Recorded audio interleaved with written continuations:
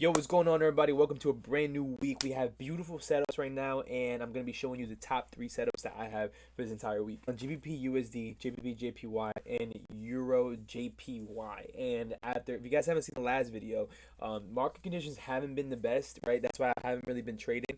I literally started off the first week of September, 5-1, and since then, I probably placed like 5 trades max, and we're currently October 16th right now.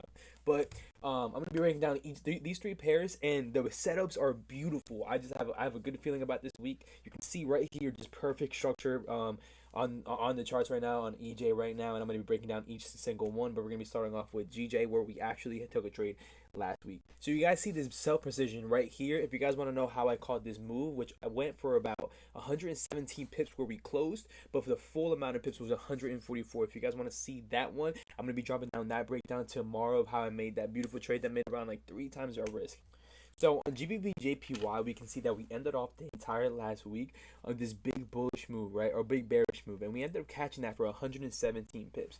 So I'm simply just waiting for the continuation of this trend. You can see that we're bearish. You can see that price rejected this supply and demand area over here, right? We broke above, we came down to retest, never actually ended up retesting, and just fell under. Since then, after it fell under, it created lower lows, lower highs, and currently at its second lower low right now, right? Kind of confirming the bearish trend that we're about to enter right now. So, I'm going to take the Fibonacci on this UBJPY setup. I'm going to set it from the low to the high to the low point, right? And you can see that we have a nice areas of interest that we can mark off and take these shorts off of, right?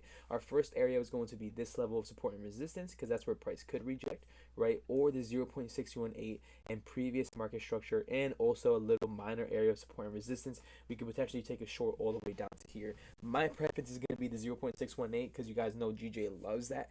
So if it comes up to that level, I'm going to be extremely confident in taking these shorts.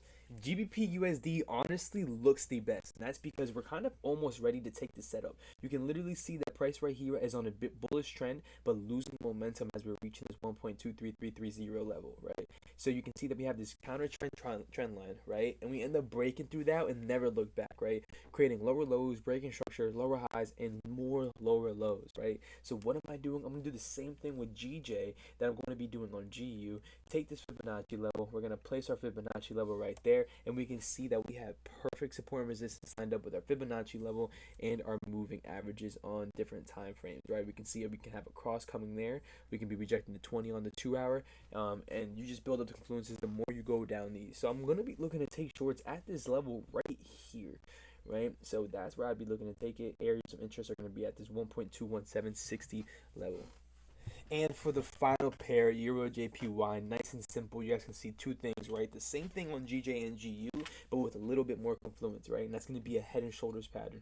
You can see price is creating the first shoulder, comes up for the head, pulls back down, creates the right shoulder, and now we just create a lower low. So what do we expect now? The same exact thing that we did for these past pairs, right? These last two pairs we just broke down. You want a nice pullback to create a lower high, come up and reject and continue to create lows all the way down to here, and eventually I think we can get down to these weekly lows at the 155.800 area.